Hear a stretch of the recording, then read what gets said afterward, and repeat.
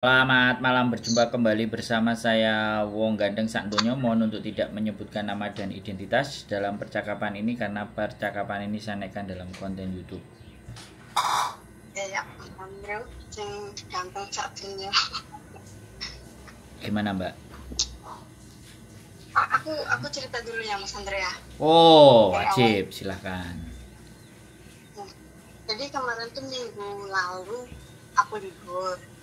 Udah ada niatan tuh nulis 2 bank, BNI sama Mandiri, yang dimana dokumen harus dibawa. Takutnya nanti kalau diperlukan, tapi aku nggak bawa kan makannya harus balik rumah jauh. Jadi lebih baik aku bawa semua biar nggak bolak-balik. Dari sentral aku naik tenteng tuh, tapi sebelum naik tenteng aku tuh sempat ngambil uang di ATM Hang Seng Bank. Nah setelah udah ngambil uang, aku yakin ATM segala uang udah aku masukin ke semua.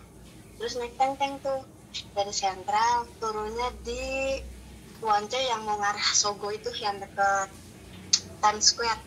Aku turun di situ. Habis turun langsung menuju arah Bank BNI. Mandiri dulu. Aku by toy. Di depan aku ada orang, di belakang ada cuma 2 orang posisi.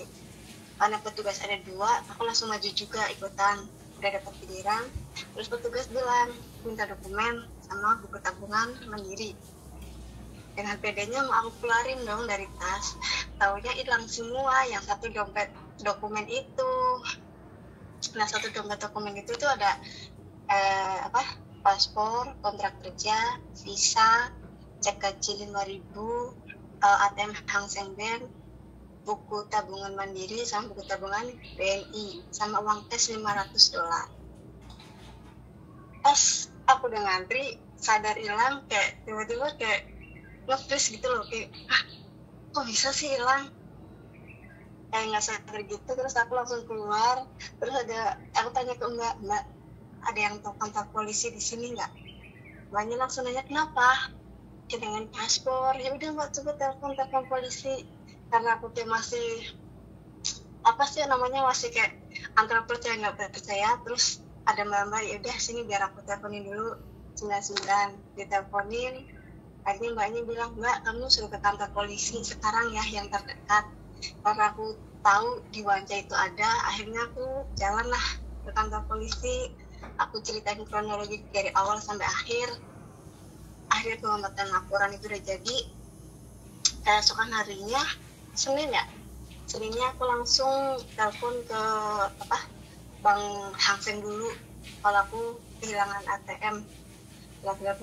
Terus mereka bilang oke, ATM kamu bisa udah jadi, bisa diambil hari Sabtu. Nah Sabtu kemarin udah aku ambil ATM-nya. Nah, terus pas hari Rabu aku ke KJRI, karena kan tanggal berapa? 16 baru buka, 15 tutup ya. Jadi tanggal 16-nya aku ke situ.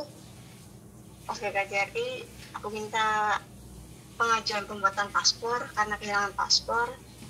Pas nyampe sana, aku bilang, Pak, aku mau permohonan minta pembuatan paspor baru karena paspor aku hilang. Terus kayak pihak KJRI kayak seolah-olah kayak, yakin paspor kamu hilang, Mbak? Antara percaya dan nggak percaya. Mungkin karena emang lagi marak-maraknya anak-anak sekarang pada utang bank kan, pakai data sendiri atau data orang. Terus aku bilang bener Pak hilang, aku tunjukin report polisi itu, fotokopiannya. Terus mereka bilang nyuruh aku ngambil kontrak kerja sama visa di agensi. Nah di agensi aku tuh aku ada WhatsApp, udah minta fotokopian, tapi si agensi itu cuma ngebuka doang, nggak ngebaca, dibaca doang, cuma nggak ngebales chat aku, kan? Terus aku bingung dong, ini mau cari kayak gimana. Biasanya kan majikan punya 2 kan, aku 1, majikan 1 kan.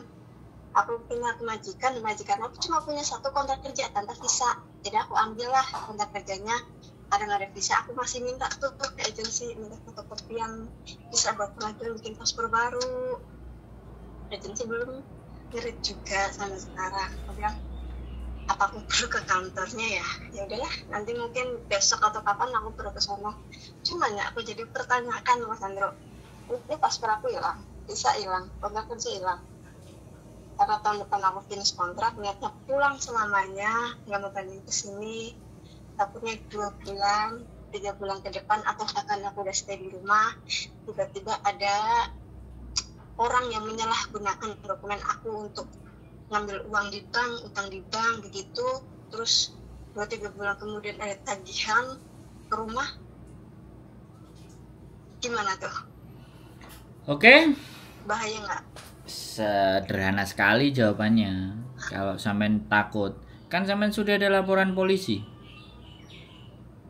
Ya kalau udah laporan polisi, sodorin dong laporan polisinya. Dia ngutangnya kapan, hilangnya sampean kapan. Ya itu kalau aku masih di rumah. Cuma kalau misalnya kalau udah masih di Hong Kong, cuma kalau posisi udah di Indonesia kan ribet lagi dong Mas Andro. Ya.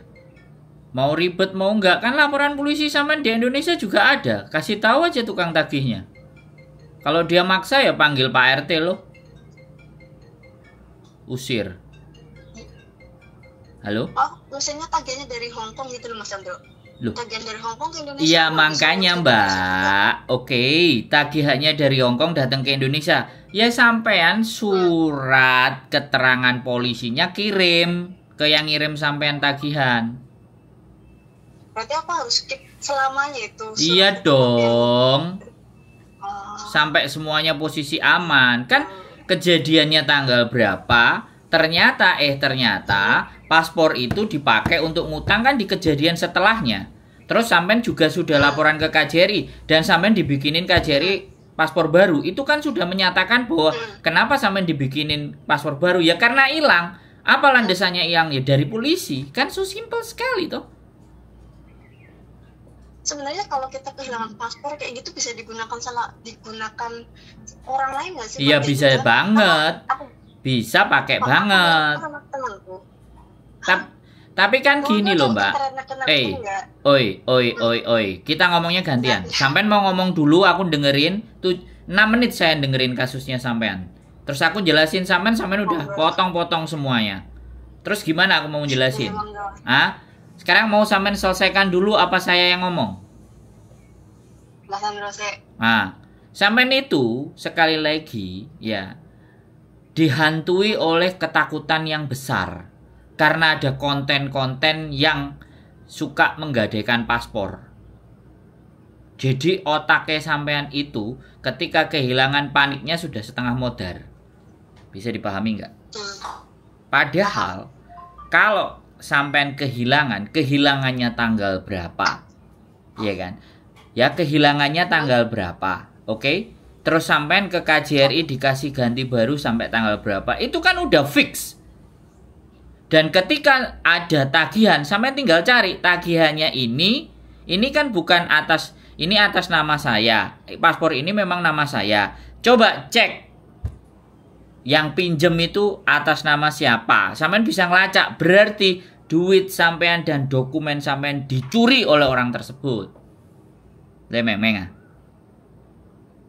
Kita bisa serang balik gitu loh. Bisa dipahami. Paham. Nanti di sini nggak usah khawatir ya Mas ya. Nah, makanya simpen surat kehilangan sampean dari polisi. Satu. Terus yang kedua, tanggal kapan sampean ke KJRI, dokumentasikan pembuatan paspor sampean, terus di ACC sama KJRI, terus diserahkan oleh KJRI, itu dokumentasikan. Bisa dipahami. Harusnya sekali lagi saya bilang, karena rentenir itu tidak terkonek dengan KJRI, maka paspor itu dianggap masih hidup. Bisa dipahami kan? Padahal sebenarnya paspor lama sampean itu sudah harus dibatalkan. Dan itu dari KJRI yang bisa membatalkan. Makanya diganti baru. Nah, surat pembatalan itu sampean boleh minta apabila nanti disalahgunakan. Jadi paspor sampai nomor sekian itu sudah dibatalkan oleh pihak KJRI. Jadi siapapun yang menggunakan paspor lama itu dengan kepentingan yang tidak bertanggung jawab, maka saya tidak ada urusan gitu loh maksudnya. Maksudnya kita tidak bertanggung jawab karena itu sudah dibatalkan oleh pihak KJRI. Bisa dipahami nggak? Ya, paham. Gitu loh. Jadi sampean kalau paspor yang baru aku Kenapa? Mas Hendro, aku jadi kalau misalnya paspor aku udah jadi yang baru, harus minta surat pembatalan paspor yang Bukan lama. harus. Sampaikan keberatan sampean kepada KJRI. Ya, boleh nggak sekiranya saya meminta surat pembatalan di paspor saya yang lama. Dia pasti akan jawab kalau nggak mau repot. Kamu itu sudah dibikinin yang baru. Otomatis kalau sudah ada yang baru, itu pastinya pembatalan yang lama itu sudah dilakukan. Boleh saya minta buktinya, Pak?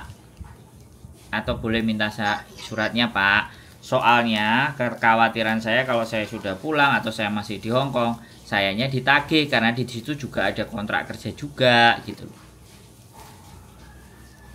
Bisa dipahami nggak? Terus mau nanya, paham.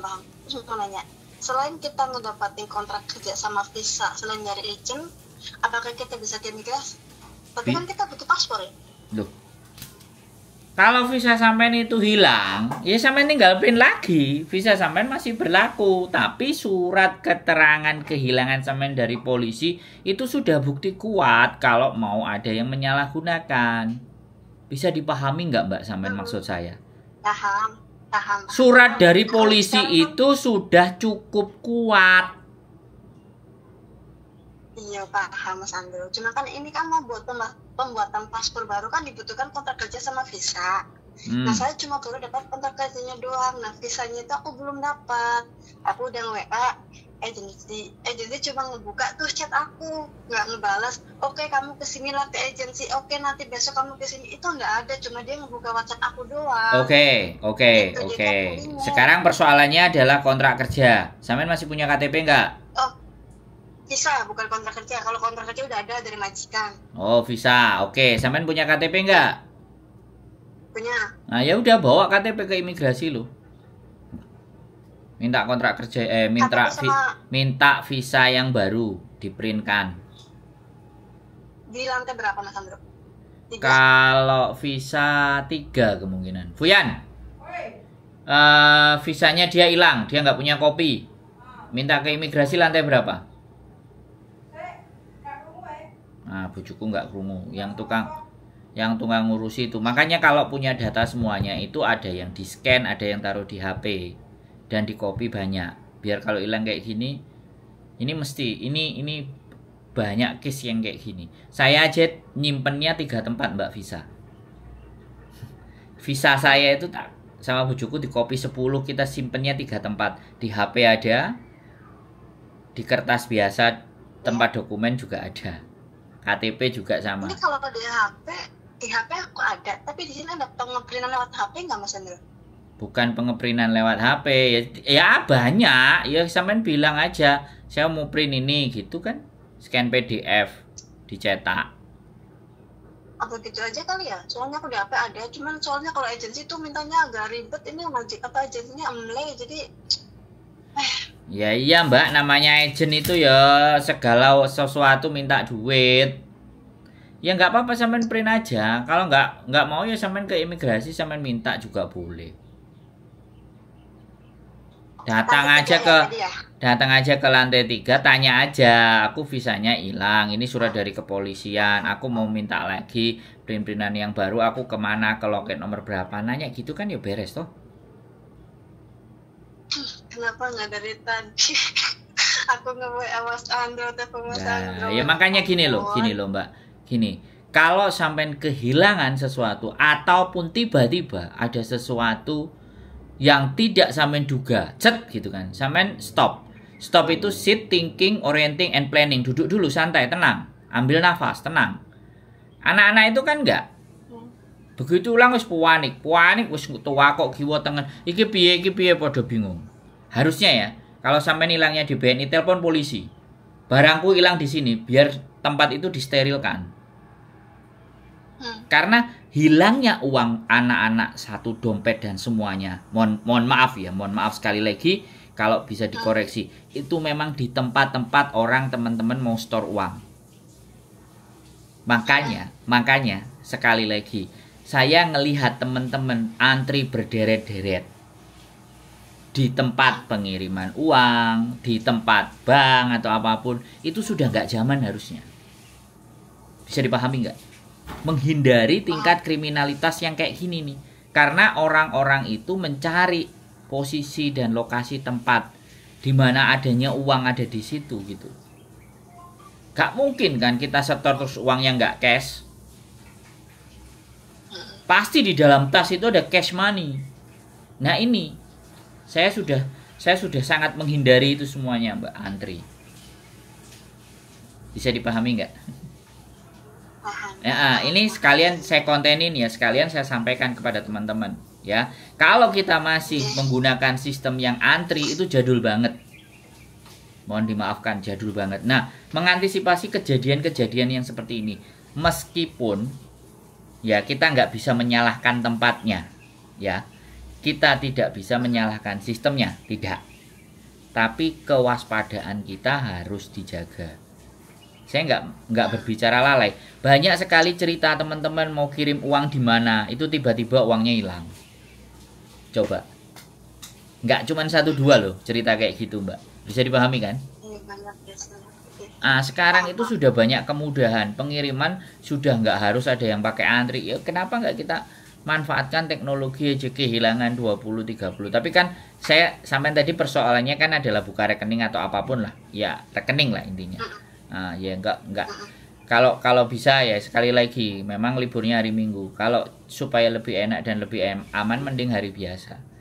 Makanya kenapa dalam segala hal apapun saya selalu bilang kalau ada urusannya penting mintalah izin ke majikan, mintalah hari biasa. Bicara baik-baik. Supaya apa ya kayak gini. Kalau sudah berjubel-jubel kan kita nggak mungkin ngarani atau nuduh 1-2 orang kan. Padahal pasti banditnya ada di situ. Yakin saya. Iya betul. Yakin kalau mau buka CCTV. Harusnya kalau ada polisi di situ, dah ngeyel ngotot. Nah, harusnya dikasih satpam kayak itu ya di bank situ.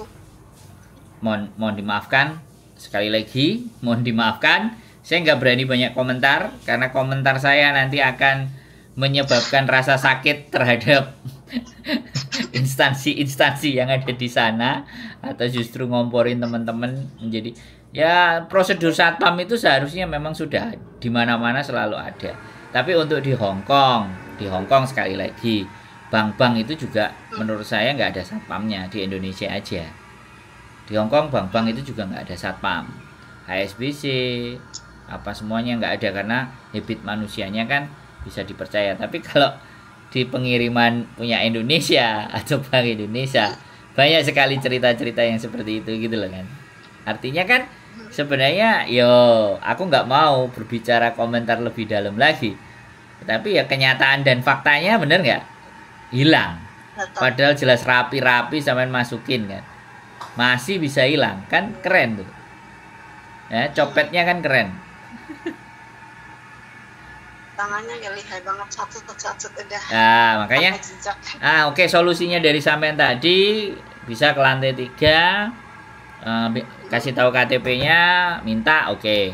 Itu berarti visa udah kelar ya. Terus yang kedua, apakah nanti paspornya disalahgunakan dan ABCD, bikin pengumuman juga identitas sampean kehilangan ABCD, cuman dicoret yang memang nama yang ya kalau nggak mau disampaikan di sosial media ya sudah, ya nggak apa-apa, jaga-jaganya ya surat keterangan dari kepolisian tambah landesan tadi dari KJRI sampai sudah bikin yang baru. Jadi kalau nanti tagihan atas nama dan sampean dan semuanya dan itu tertanggal lebih lama tertanggal di belakangnya sampean kehilangan, berarti fix mereka menyalahgunakan dan sampean bisa ngeles saja, ini loh aku udah ada laporan polisi udah jelas. Kenapa Anda masih tagih saya? Kalau Anda tagih saya lapor polisi juga gitu. Gak usah takut kalau itu di Hong Kong. Kalau di Indonesia ya udah bilang aja debt collectornya. Aku udah paspornya ini loh, ini masih hidup, masih ada pengganti pasporku yang hilang. Berarti yang kalian tagih itu yang hilang, yang sudah nggak berlaku. Ya kalian aja pihak banknya mau dibodohin sama orang yang ngambil barang dompet dari saya. Udah beranikan aja kayak gitu. Bisa dipahami toh. Intinya no worry lah ya. Kenapa? Berarti di sini intinya no worries lagi kita udah laporan polisi dan KJRI udah pasti akan udah mengganti kartu paspor baru, yang lama udah otomatis mati ya Mas Ya Andro? harusnya. Tapi sekali lagi ya, paspor itu kan kalau masih hidup kemudian dibawa ke rentenir kan nggak ada connect. Bisa dipahami nggak? Nggak ada connect data. Paham. Bisa dipahami kan? Kalau nggak ada connect data, jadi kan dia nggak bisa verifikasi. Tapi kalau dibuat ke publik, dibuat ke finance, ya otomatis kan. Ya, kalau dia nggak connect juga sama sekali lagi nggak connect sama KJRI pun juga akan sama.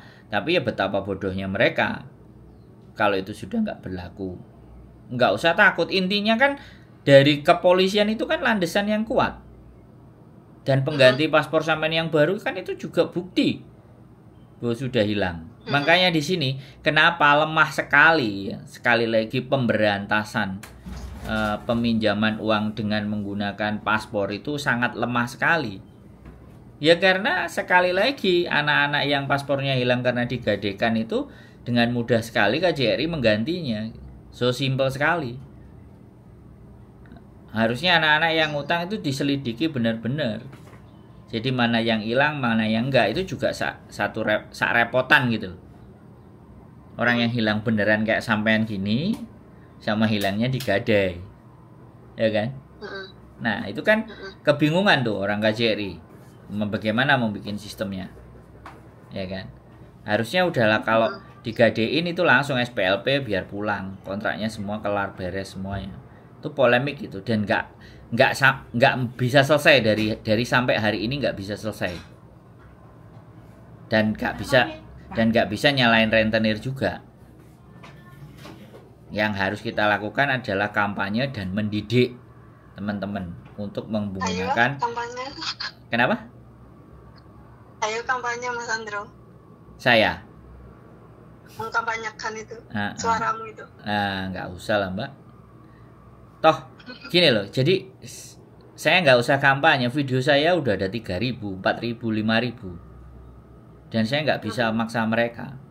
Dan saya juga ngomong ke KJRI, KJRI, anak-anak suruh dengerin konten saya, apa bisa seperti itu? Kan nggak bisa. Jadi ada sesuatu yang bisa saya lakukan dan bisa saya kendalikan, ada sesuatu yang saya nggak bisa mengendalikan sesuatu yang terjadi di luar sana. Wong yang curhat aja kadang-kadang waktu ngutang nggak ngajak konsultasi, tapi giliran ditagih dan kesulitan malah telepon. Coba. Terus aku gimana? Coba.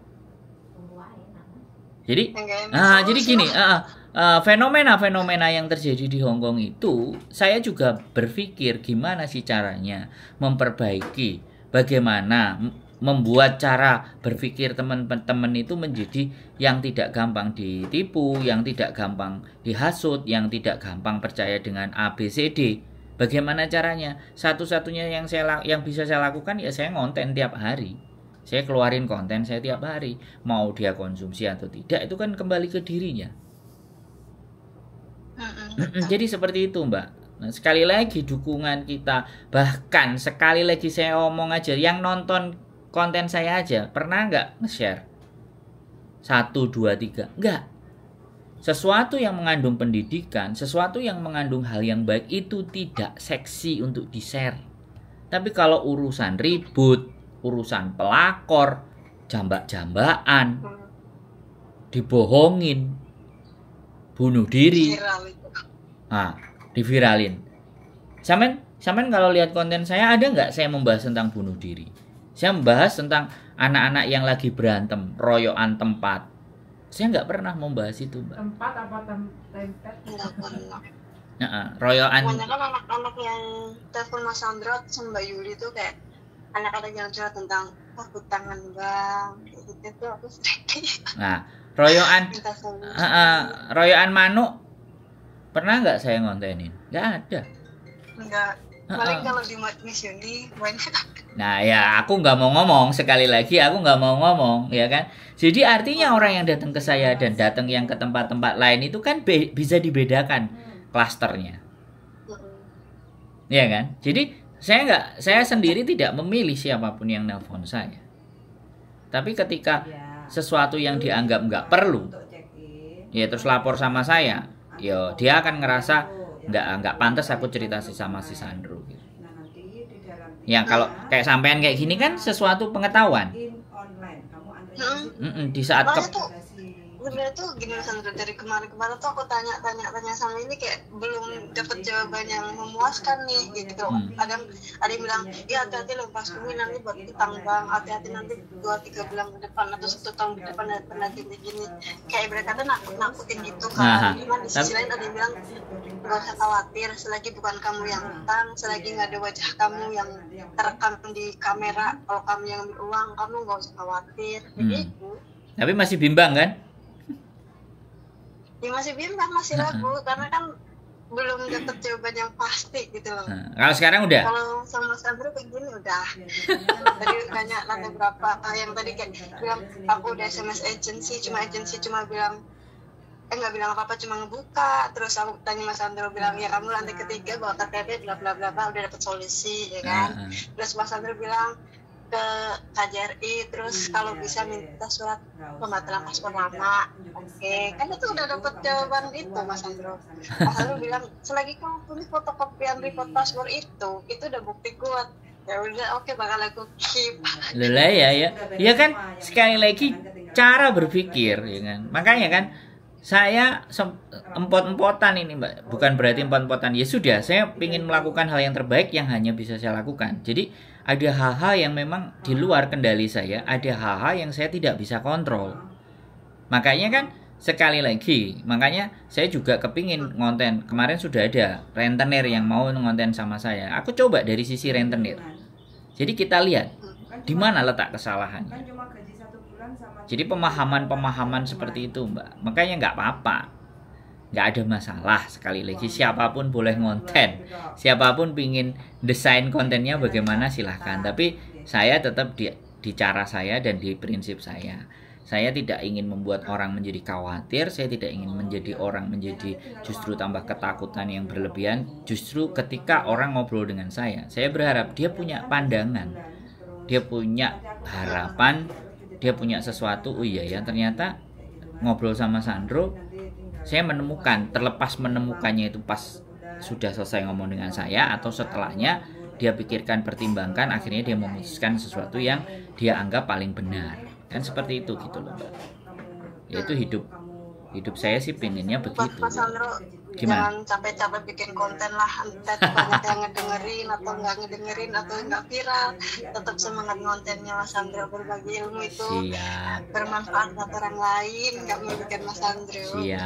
Siap Mbak terima kasih atas dukungannya. Mas Sandro lanjut masak tuh ya, matur suwun. Oke, sehat selalu, tetap semangat, yuk, bye bye, assalamualaikum warahmatullahi wabarakatuh. Oke ya teman-teman semuanya ya, nggak perlu panik, nggak perlu bimbang, nggak perlu galau. Ya setiap permasalahan selalu akan ada solusinya. Dan kadang solusi itu bisa kita biarkan, solusi juga bisa kita ambil keputusan, solusi juga bisa jadi tindakan. Solusi itu macam-macam. Atau kita berdoa kepada Gusti Allah, itu juga bagian dari solusi. So, tetap semangat, tetap berjuang, jangan pernah takut. Cari informasi yang akurat, yang benar, yang sesuai menurut pandangan kalian. Keep stay tune my YouTube channel and see you next video. Bye bye.